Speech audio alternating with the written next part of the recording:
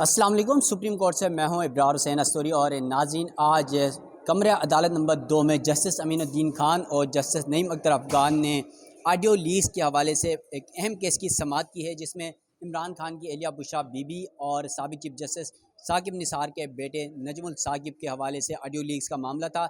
Islamabad high court का फैसला वफाकी हुकूमत ने सुप्रीम कोर्ट में चैलेंज किया हुआ था। आज पहली समाअत थी।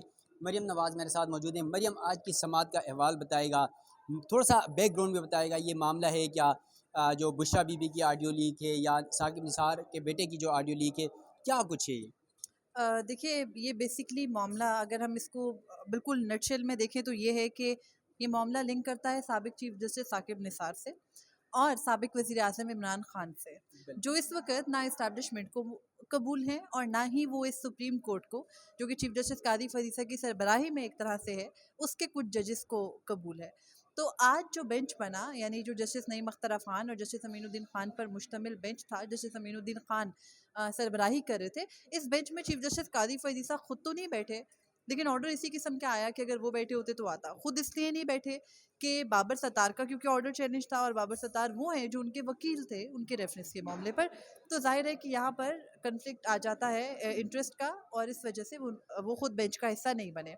खैर, यहाँ पर इस्लामाबाद हाई कोर्ट का वो फैसला चैलेंज था जिसमें इस्लामाबाद हाई कोर्ट ने ये करार दिया था कि नंबर 1, ऑडियो रिकॉर्डिंग जो है वो करना गैर कानूनी है बगैर किसी लीगल नोटिस के। ठीक है, अगर किसी शख्स को नहीं पता या कोई कानूनी बुनियाद नहीं है ऑडियो रिकॉर्डिंग करने की, तो आप किसी की ऑडियो रिकॉर्ड नहीं कर सकते, ना ही निगरानी कर सकते हैं। अगर आपको याद हो तो इसी किस्म के का जो पॉइंट ऑफ व्यू था, वो चीफ जस्टिस कादी फरीसा का अपने रेफरेंस में भी था। और क्योंकि बाबर सत्तार उनके वकील थे, तो तब भी वो यही कह रहे थे कि बाकायदा निगरानी करके, जासूसी करके उनकी वो सारी तफसीलात निकाली गई। तो जाहिर है, जब उनके सामने किसी भी शहरी के जो प्राइवेसी है उसकी ब्रीच का केस आया, उसकी खिलाफ वर्जी का केस आया, तो उसके अंदर उन्होंने यही ऑर्डर किया। उसके बाद दूसरा जो ऑर्डर था उनका, जो आज सुप्रीम कोर्ट ने मुअत्तल कर दिया है और उनको कार्रवाई से भी रोक दिया है, दूसरा ऑर्डर था उनका जिसमें उन्होंने ये कहा था कि जो तमाम टेली कम्युनिकेशन कंपनियां हैं वो किसी के भी डेटा सर्विलेंस की इजाज़त नहीं देंगी और ना ही वो CTR वगैरह या गैर कानूनी तौर पर किसी की रिकॉर्डिंग करेंगी। ठीक है, अब यहाँ पर जो टेली कम्युनिकेशन कंपनीज हैं उन्होंने तो आकर बता दिया था कि हम तो सर्विलेंस करते नहीं है। ये जो तो पूरे का पूरा मामला है, इसे PTI से पूछ लें। फिर इस्लामाबाद हाई कोर्ट में हमने देखा है कि मुतअद्दिद समातें हुई हैं। ये पिछले साल ऑलमोस्ट अक्टूबर से चलता हुआ मामला है, और अब यहाँ आज अगस्त में आके बाकायदा जस्टिस बाबर सत्तार को रोकने की मुतअद्दिद कोशिशें हुई, उनके खिलाफ बाकायदा मुहिम साजी हुई। फिर उनके खिलाफ जो 6 जजेस के ख़त का मामला आया था, उस हद के मामले में भी उसके बाद जो कुछ उनके साथ होता रहा, उसकी बुनियाद भी जस्टिस बाबर सत्तार का ऑडियो लीक्स केस ही टेकअप करना था। और फिर जस्टिस बाबर सत्तार के अहले खाना की तमाम तर डिटेल्स भी गई। फिर तौहीन अदालत की कार्रवाई भी इस्लामाबाद हाई कोर्ट में पेंडिंग है। लेकिन जाहिर है उनको किसी ऑर्डर से ही रोका जा सकता था। उनके ऊपर दबाव डालने की हर मुमकिन कोशिश की गई। अटॉर्नी जनरल उनके करीबी दोस्त हैं, उनको भी इस्तेमाल करके कोशिश की गई कि रोका जाए जस्टिस बाबर सत्तार को कि वो इस केस की समाअत ना करें। अब इस केस से मौजूदा हुकूमत या मौजूदा एजेंसियाँ इतनी नालायक क्यों हैं, ये भी देखना ज़रूरी है। मौजूदा जो ये पूरी सूरत हाल है, इसके अंदर पहले ऑडियो लीक से यही PMLN थी जो खाइफ थी, क्योंकि इनकी अपनी भी ऑडियो लीक्स आती थी। लेकिन जब बुशरा बीबी की ऑडियो लीक्स आने लगी, मैं नहीं कह रही कि वो ठीक थी या गलत, वो गलत, उनमें जो चीज़ें या जो बातें थी, अगर वो दुरुस्त थी वो गलत थी, लेकिन और उसके मुताबिक कार्रवाई होनी चाहिए। लेकिन ऑडियो लीक करना, किसी की ऑडियो रिकॉर्ड करना इटसेल्फ एक जुर्म है। तो यहाँ पर अब मौजूदा हुकूमत को क्योंकि ये सूट करता है कि बुशरा बीबी की ऑडियोज़ को भी इस्तेमाल किया जाए, नजमुल साकिब की ऑडियोज़ को भी इस्तेमाल किया जाए, क्योंकि मुस्लिम लीग नूर साकिब निसार की शक्ल भी नहीं देखना चाहती, उनको हर सूरत के टहरे में ला खड़ा कर देना चाहती है, और उसकी कोई वजूहात उनको नहीं मिल रही, क्योंकि आइन के तहत, कानून के तहत एक जज को अपने दिए गए ऑर्डर्स पर तो प्रोटेक्शन हासिल है। अब यहाँ से वो मसला उठता है, पूरी की पूरी कंट्रोवर्सी जो मैं आपको कह रही हूँ कि जस्ट नटशेल में ये है कि ये साकिब निसार और इमरान खान का मामला है। अब आज जो समाअत हुई उसकी तरफ आ जाते हैं। आज समाअत में जो दोनों जज साहिबान हैं, ये वही जज साहिबान हैं जिन्होंने मखसूस नशिस्तों के मामले पे हाल ही में एक तफसीली नोट इख्तलाफी अपना लिखा, और उसके अंदर भी उन्होंने मौजूदा हुकूमत का भरपूर दिफा किया। और यही दोनों जजेस, आज ये लगा क्योंकि जस्टिस नईम अख्तर अफगान उस ऑडियो लीक्स इंक्वायरी कमीशन का हिस्सा थे, जो इसी हुकूमत ने अपने पिछले दौर में, पिछले साल अप्रैल के अख्ताम में, मई के शुरू में एक ऑडियो लीक्स इंक्वायरी कमीशन बनाया था चीफ जस्टिस कादी फरीसा की सरबराही में। उसमें जस्टिस आमिर फारूक और जस्टिस नईम अख्तर अफगान थे उनके साथ। फिर बाद में जस्टिस बंदयाल के सामने एक दरख्वास्त आई और ऑडियो लीक्स इंक्वायरी कमीशन को काम करने से रोक दिया गया। जस्टिस बंदयाल 4 महीने बाद रिटायर हो गए। उसके बाद पिछले 10-11 माह से चीफ जस्टिस कादी फईद ईसा मनसब संभाले हुए हैं और अभी तक दोबारा ना इस मुकदमे को समाअत के लिए मुकर्रर किया गया, ना इस मुकदमे के से मुतालिक कोई दरख्वास्त मुकर्रर करने की कोशिश की गई। और इस पूरी सूरत हाल के अंदर अब मामला कुछ इस तरफ नहज पर आया कि वफाकी हुकूमत, जो मैंने आपको बताया 2 ऑर्डर्स इस्लामाबाद हाई कोर्ट के कि सर्विलेंस की इजाज़त नहीं है, वो कहते हैं भाई आप सर्विलेंस से, वफाकी हुकूमत की मुख्तलिफ कंटेंशन है, वो कहते हैं बुशरा बीबी और जुल्फ़ी बुखारी की ऑडियो लीक हुई और वो ऑडियो जो थी वो घड़ियों से मुतालिक थी। उस पर जब उनसे जवाब मांगा गया, उनकी ऑडियो की फोरेंसिक करने की कोशिश की, बजाय फोरेंसिक वाले मामले पे अपनी ऑडियो रिकॉर्डिंग देने के, बुशरा बीबी ने जाके उसको चैलेंज कर दिया। फिर नजमुत साकिब का भी इंतखाबी अमल के से मुतालिक वो मामला था जिस पे ऑडियो लीक थी, उन्होंने जाकर भी उसको चैलेंज कर दिया। फिर स्पीकर कौमी असम्बली ने एक कमेटी बनाई जो कि ऑडियो लीक से मुतालिक इंक्वायरी करी थी, वहाँ पर भी ये लोग पेश नहीं हुए, उन्होंने जाके इस्लामाबाद हाई कोर्ट में वो मामला चैलेंज कर दिया। इस्लामाबाद हाई कोर्ट ने अपनी हद से तजावुज़ करते हुए वफाकी हुकूमत ये कहती है कि असद नोटिस का इख्तियार इस्तेमाल किया और 6-7 क्वेश्चन फ्रेम कर दिए और उन क्वेश्चंस के अंदर ये था कि क्या किसी शख्स की प्राइवेसी ब्रीच कर सकते हैं, ऑडियो लीक कौन करता है, कैसे होती है, किस तरह से जाती है, क्या पीटीए इन्वॉल्व है, पैमरा उनकी तशहीर की इजाज़त कैसे देता है, और फिर तमाम इदारों को नोटिस कर दिए। यहाँ सबसे बड़ा मसला ये है कि हमारी खुफिया एजेंसियों के ऊपर कदगन लगा दिया गया है इस्लामाबाद हाई कोर्ट के एक बाकायदा ऑर्डर के ज़रिए कि आप किसी की भी निगरानी नहीं कर सकते। तो यहाँ पर ज़ाहिर है हमारी खुफिया एजेंसियों को निगरानियाँ तो करनी होती है, मुजरिमान की ज़रूर कीजिए, लेकिन शहरियों की क्यों करते हैं, ये सवाल था। यहाँ पर आज जो एडिशनल अटॉर्नी जनरल है उन्होंने कहा कि जो दहशतगर्द हैं हम तो उन्हें नहीं पकड़ पा रहे। तो जज साहिबान कहते हैं कि ऑर्डर सस्टेन तो नहीं हुआ, एक हुक्मनामा था एक समात का, अगली समात में ख़त्म हो गया, आप क्यों नहीं करते? तो वहाँ पे वफाकी हुकूमत, आपको पता है कितनी मासूम है, उसे पता कुछ नहीं है, तो वो कहती है हम तो इन्हें अदालत से डरते हैं, यानी ये वफाकी हुकूमत तो इन्हें अदालत से डरती है। Okay fine. उसके बाद जो बेंच में बैठे जस्टिस नईम अख्तर अफ़गान है, वो कहते हैं इस मुल्क में सच तक पहुंचना बहुत मुश्किल बना दिया गया। कहते हैं पहले हमने इंक्वायरी कमीशन बनाया तो यही आके उसको स्टे करा गए, उनका इशारा पीटीआई की तरफ था।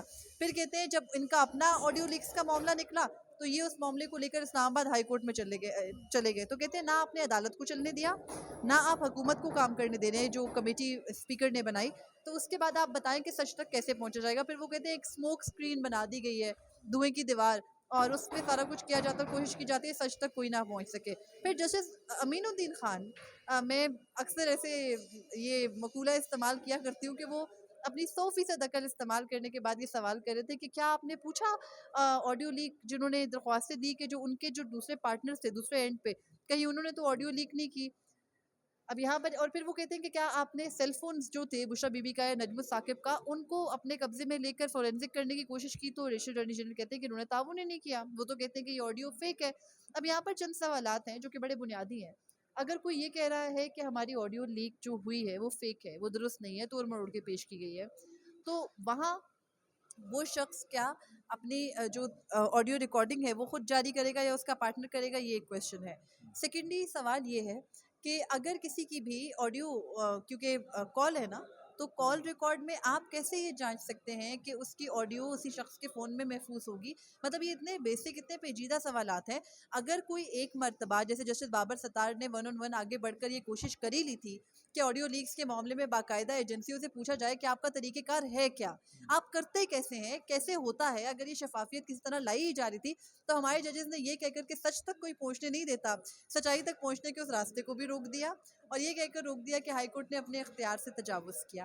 और अब जस्टिस बाबर सत्तार ने जो 4 सितंबर को समाअत करनी थी वो नहीं कर पाएंगे ऑडियो लीक्स की, और उसके अलावा जो तमाम तर कार्रवाई में वफाकी हुकूमत को सबसे ज़्यादा ज़ोर से लगते हुए ऑर्डर्स थे उनको भी मुअत्तल कर दिया गया है। और अब एजेंसियां बाकायदा दोबारा से सर्विलेंस भी कर सकेंगी, आपकी मेरी ऑडियो कॉल्स वीडियो कॉल्स भी रिकॉर्ड कर सकेंगी और जिसकी जब चाहेंगी जारी भी कर सकेंगी। चलिए, थैंक यू। मरीम नवाज़ ने आपके सामने तफसीलात रख दी है कि आज की समाअत में क्या कुछ हुआ और इस केस का बैकग्राउंड क्या था।